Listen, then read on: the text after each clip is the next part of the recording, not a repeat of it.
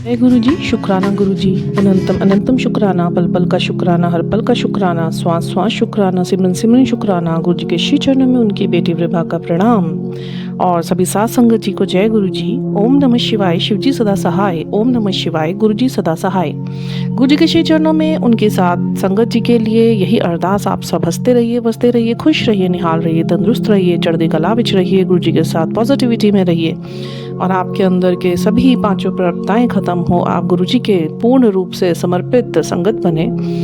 इसी के साथ सुबेरे एक सत्संग रिकॉर्ड करने लगी थी as because it's Sunday today and all are at home. थोड़ा सा डिले हो गया काम की अधिकता की वजह से एंड हस्बैंड एट होम। गुरुजी अच्छे तरीके से जानते हैं कि थोड़ी कुछ बीच में ऐसी रुकावटें आ जाती हैं, कोई दिन ऐसा चला जाता है जिसकी वजह से सुबेरे का सत्संग नहीं रिकॉर्ड हो पाता है। मेरी कोशिश यही रहती है मैं सुबेरे और शाम दोनों टाइम के सत्संग अदा करूं, क्योंकि सत्संग इतने गुरुजी हमारे साथ कर देते हैं, हमारे प्यारे गुरुजी की उनकी लिस्ट ख़त्म नहीं होती और एक के बाद एक। अभी ये सोचा ही होता है एक दिन पहले कि अगले दिन क्या सत्संग करेंगे, 5 मिनट बाद ही कुछ ऐसा मिरेकल हो जाता है कि ऐसे सत्संग की लड़ी लग जाती है कि ले तू कितने सत्संग अदा करते करते नहीं थकेगी, कितने सत्संग मैं तेरे साथ करूं। तो पहले तो बहुत बहुत शुक्राना मेरे गुरु महाराज जी का, हमें इतना डीपली सुनने के लिए, हमारी इतनी केयर करने के लिए। मैं अपने सत्संग पे आती हूँ जैसा कि 15 तारीख को गुरुपुरब आने वाला है, तो मेरे हस्बैंड ऑफिस में काम करते हैं, वहाँ से हर महीने गुरुजी गुरु नानक देव जी के लिए लोगों के लिए एक लंगर का आयोजन किया जाता है महीने में एक बार। वो मेरे पति को भी गुरु महाराज जी ने ब्लेस करा हुआ शुरू से, जब से उन्होंने ऑफिस ज्वाइन करा है। तो वहाँ पे गुरु महाराज जी ने उनको वहाँ पे जो पाठ होता है उनके ऑफिस में, तो गुरुद्वारे से पीढ़ी उठा के लाने तक, उनको वापस बाइज्जत छोड़ के आने तक, बीच में जो लंगर प्रसाद बनता है उसे बंटवाने तक की जो सेवा ले रहे हैं, उसके लिए कोटि कोटि कोटि कोटि शुक्राना गुरु महाराज जी के चरणों में। मेरे हस्बैंड की तरफ से भी कोटि कोटि शुक्राना। अभी 14 तारीख को प्रिपरेशन होनी है क्योंकि 15 को गुरुपुरब है, बहुत बड़ा दिन है और हमारे गुरु महाराज जी का दिन है। तो मेरे मन में ये बात आई थी जब इन्होंने मुझे आके बताया कि हम लोगों को ना 1500 समोसे बनाने हैं और साथ में कुछ मीठा बनना है, तो हलवाई लगाएंगे। तो मेरा तो शायद रात भर जाना वहाँ पे होगा और सुबेरे फिर 4 बजे के बाद मैं सारा लंगर प्रसाद बंटवा के संगत में फिर मैं वापस घर आऊँगा।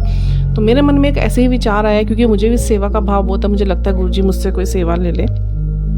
तो मैं बैठी हुई थी इस बात को हुए दिन हो गए 6-7 दिन पहले मेरे हस्बैंड ने मुझे ये बोली थी बात, तो मेरे मन में ऐसे ही विचार और भाव आ रहे थे। अब गुरुजी तो हमारे प्यारे गुरुजी हैं, सब कुछ जानने वाले हैं और उन्होंने ये मेरी बात भी रखी। तो कल मैं बैठी हुई थी तो मेरे हस्बैंड कह रहे थे तू रात को चलेगी थोड़ी देर के लिए मेरे साथ, फिर हम दोनों ना वहाँ से सेवा करके और मैं सारा सेटलमेंट करके और वापस आ जाएंगे, उसके बाद 4 बजे फिर से चलेंगे। मेरी तो खुशी का ठिकाना नहीं रहा और मुझे तो ऐसा लगा जो मैंने मांगा मुझे मिल गया। और अब तो ऐसा लगता ही नहीं, वाकई में अब तो ऐसे ही लगता है जो मांगा है सब कुछ मिलता चला जा रहा है। जैसे यहाँ पे डिज़ायर करो और वैसे ही वहाँ पे गुरु महाराज जी कुछ ना कुछ ऐसा रेगुलेशन कर देते हैं कि हमारा कुछ ना कुछ वो डिज़ायर कहीं ना कहीं किसी न किसी रूप में वो पूर्ण हो जाता है। तो बहुत बहुत शुक्राना मेरे गुरु महाराज जी का। अभी का ये छोटा सा ही सत्संग शुक्राना है।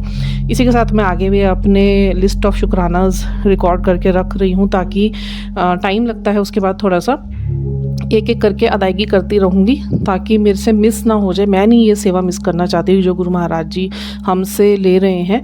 गुरु महाराज जी ने एक ही चीज़ सिखाई है कि जो मैंने गुरबाणियों में और साखियों में सुन के रिंकू वीर जी की मुझे बहुत मोटिवेशन मिलता है। आज भी एक साखी सुन रही थी तो उसमें एक लाइन उन्होंने बहुत अच्छी बोली कि जो आजकल क्या होता है, देखो जहर फ्री में मिलता नहीं, लोग खरीद के सुसाइड कर रहे हैं, बट जो अमृत, मतलब ये गुरबाणियों की जो ताकत और गुरबाणियों की मिठास, गुरबाणियों की जो पॉजिटिविटी हमारे जीवन में फ्री ऑफ कॉस्ट अमृत के रूप में बरसती है, वो कोई नहीं सुनना चाहता।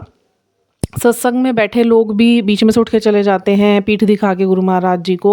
और गुरु महाराज जी तो मतलब हर रूप में जगह जगह उन्होंने कीर्तन, सत्संग और गुरुद्वारों में और लोगों के घरों में, आज तो ऐसा साखी सुनने को मिली, ऐसी सत्संग सुनने को मिली जो सच्ची घटना पे आधारित है। रिंकू वीर जी ही इस चीज़ को अपने शब्दों में पिरोकर बता रहे थे कि उनके अमृतवेला ट्रस्ट में ऐसे ऐसे लोग हैं जो पहले गुंडागर्दी करते थे, सुपारियां लेके मर्डर करते थे, और रिंकू वीर जी की गुरबाणियों से जुड़कर और उनकी इंटेंस डीप पॉजिटिव फीलिंग को अपनी लाइफ में चेंज होता हुआ महसूस होता उन्होंने देखा है स्वयं। और आज की डेट में उन लोगों ने अपने सारे गलत काम छोड़कर अपनी सेवा देनी शुरू कर दी है। किसी किसी ने तो अपने घर को ही गुरुद्वारा बना लिया। इतनी उनकी आत्मा में सत्संग में बैठ बैठ के सत्संग सुन सुन के उनकी आत्मा इतनी शुद्ध कर दी गुरु महाराज जी ने कि उनका मन ही चेंज हो गया। वह मनमुखी से गुरुमुखी बन गए। और जो मर्डर करते थे उनमें से एक सत्संगी का वो बता रहे थे, कह रहे सारा रात वो अपनी टैक्सी की सेवा देते हैं। उन्होंने टैक्सी खरीदी है, टैक्सी डाली है और बार बार आके रिंकू वीर जी के पास वो यही बोलते हैं कि हमसे इतनी सारी गलतियाँ हो गई, पता नहीं कैसे गुरु सच्चे पातशाह बख्शेंगे, बख्शनहार आप गुरु जी इसको अरदास करो। तो रिंकू वीर जी ने कहा आप लोगों ने यहाँ सेवा देनी शुरू कर दी है, सच्चे पातशाह बड़े करुणा निधान हैं, हमारे गुरु महाराज जी बहुत दयालु हैं और वो सारे आपके गुनाह बख्शेंगे, सारे कर्म बख्शेंगे अगर आप आगे का रास्ता अपना आध्यात्मिक रखेंगे। बहुत सुंदर लगते हैं शब्द सुनने में। पर एक बात और भी है जो मैं भी कहना चाहती हूँ कि सिर्फ सुनने से कुछ नहीं होता।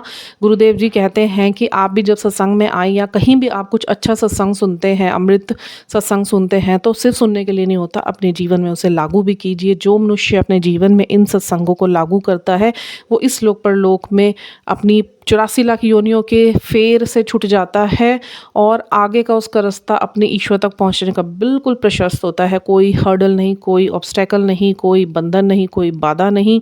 उसके बाद जो आप अपने ईश्वर से बिछड़ कर इस धरती पर आए हैं, आप सोचिए ना, आप इस धरती पे आए हैं तो किसी वजह से बिछड़ के ही तो आए होंगे ना, तो कहाँ वापस जाना है? उसी सचखंड में वापस जाना है। तो यही मेरा भी भाव है और गुरुजी ने तो मुझे बड़ी तरस करी है जो मुझे इसी भाव से अपने साथ जोड़ा है, क्योंकि मुझे इतना एक्सपीरियंस तो गुरुजी ने करवाया है।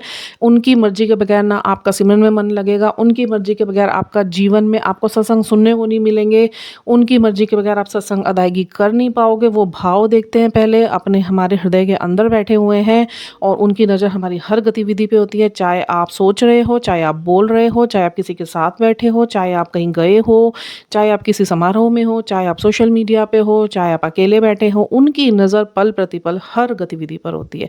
तो इसी के साथ मैं गुरु महाराज जी से अरदास करती हूँ कि इसी तरीके से मेरे शब्दों को शब्दकोश से भरते रहें और ये सेवा मुझसे लेते रहें। हम लोग तो बहुत ही नालायक लोग हैं कि हम लोग टाइम देखते हैं कि हमें टाइम लगेगा तो हम रिकॉर्ड करेंगे, सारे काम छोड़ के ये काम करने चाहिए। मेरी कोशिश यही रहती है कि सुबेरे सबको भेजने के बाद, बेटी को कॉलेज, बेटे को स्कूल और हस्बैंड को ऑफिस भेजने के बाद सबसे पहले जो मुझे आधा घंटा रेस्ट का गुरुजी मुझे देते हैं ना, 1 घंटा, मुझे उसमें भी रेस्ट करने का मन नहीं करता। वो भी गुरु महाराज जी की तरह से है कि उन्होंने मेरी नींद पे काबू करवा दिया। नींद भी मुझे तब आती है जब उन्होंने मेरा कोई कष्ट काटना होता है और उसके ऊपर भी मैं भी एक वीडियो डालूंगी। बहुत बड़ा गुरु महाराज जी ने मुझे आज्ञा दे दी है। बहुत पुराने टाइम से चलती हुई आ रही एक समस्या थी जो गुरुजी ने निदान करी है। तो बहुत बहुत शुक्राना मेरे गुरु महाराज जी का। और इसी के साथ मैं अभी के लिए आप सबसे इजाज़त चाहूँगी और गुरु महाराज जी आप सबको चढ़दी कला विच रखे, तेरा भाना मीठा लगे। वाहे गुरु जी का खालसा, वाहे गुरु जी की फतेह।